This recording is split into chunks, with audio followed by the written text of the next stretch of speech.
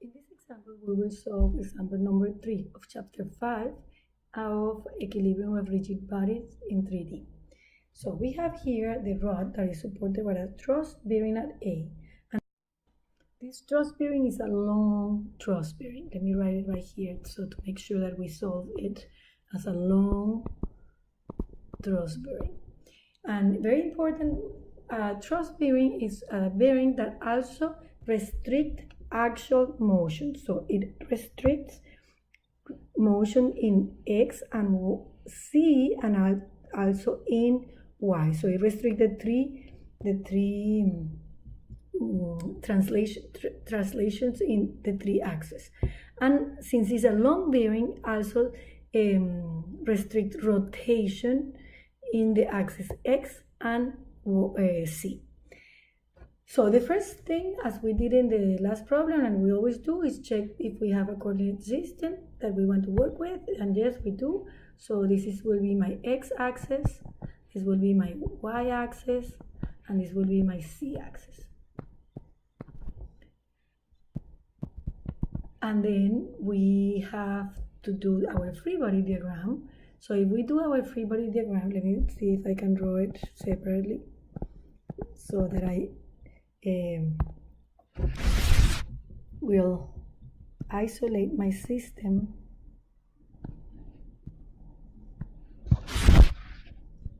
from the surroundings. So here is my rod, and then what do I have in my rod? I have the active forces. Let me draw them in blue. My active force is 80 pounds.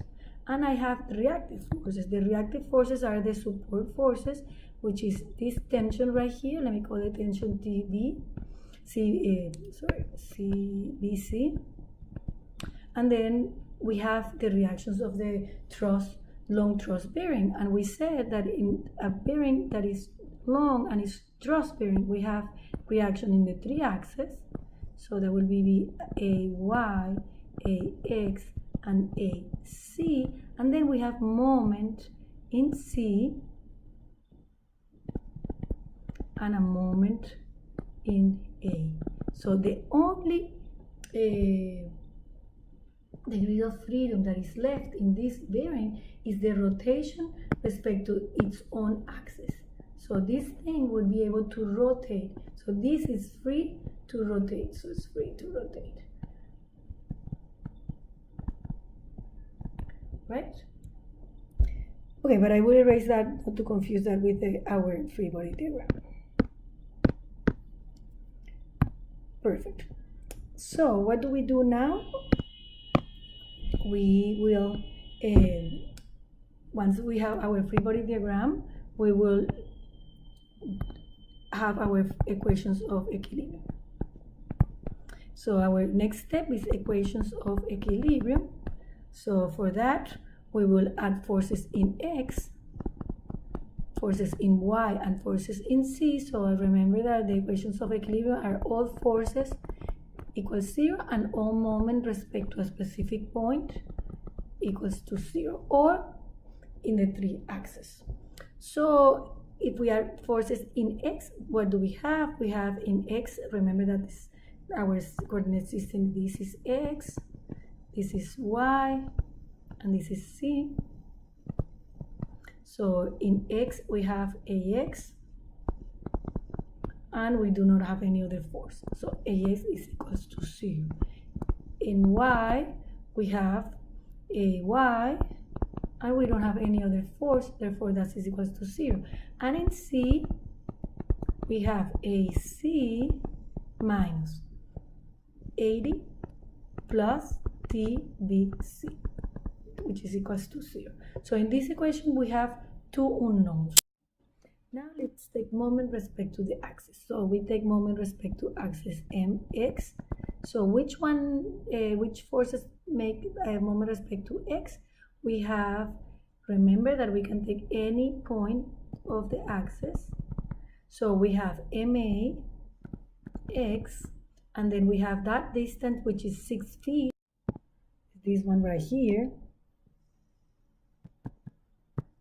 right, 6 feet. So we have a negative moment, which is negative 6 times 80, and it's the same distance for the tension, but it's positive moment. T is equals 0. Then we take moment for the axis y, and then we see which forces make a moment respect to axis y, and here we have a distance which is 1.5, and here we have another distance which is 1.5. So we see that we don't have any moment at A, right? Because the bearing doesn't restrict that motion, that rotation. So we have 1.5 times 80, and that's a negative moment, plus 3 times TBC is equals to 0.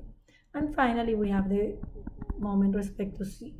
And then, as we see respect to C, the forces at A all crosses the axis, and 80 and the tension are parallel to the axis. So we can say that the moment at C is equals to 0.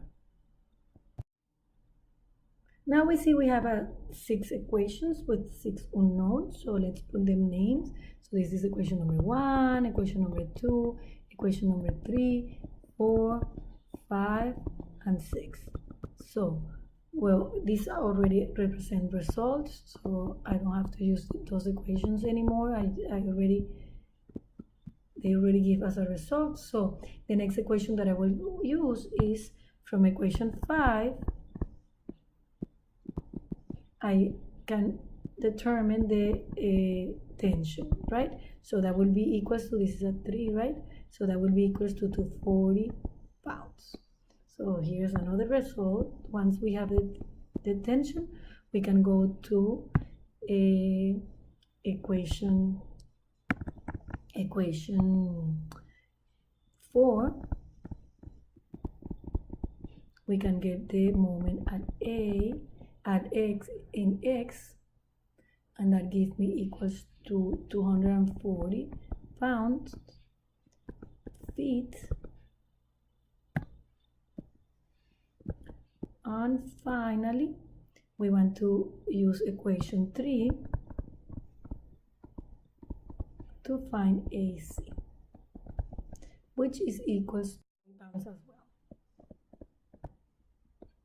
So we have all the results for this problem.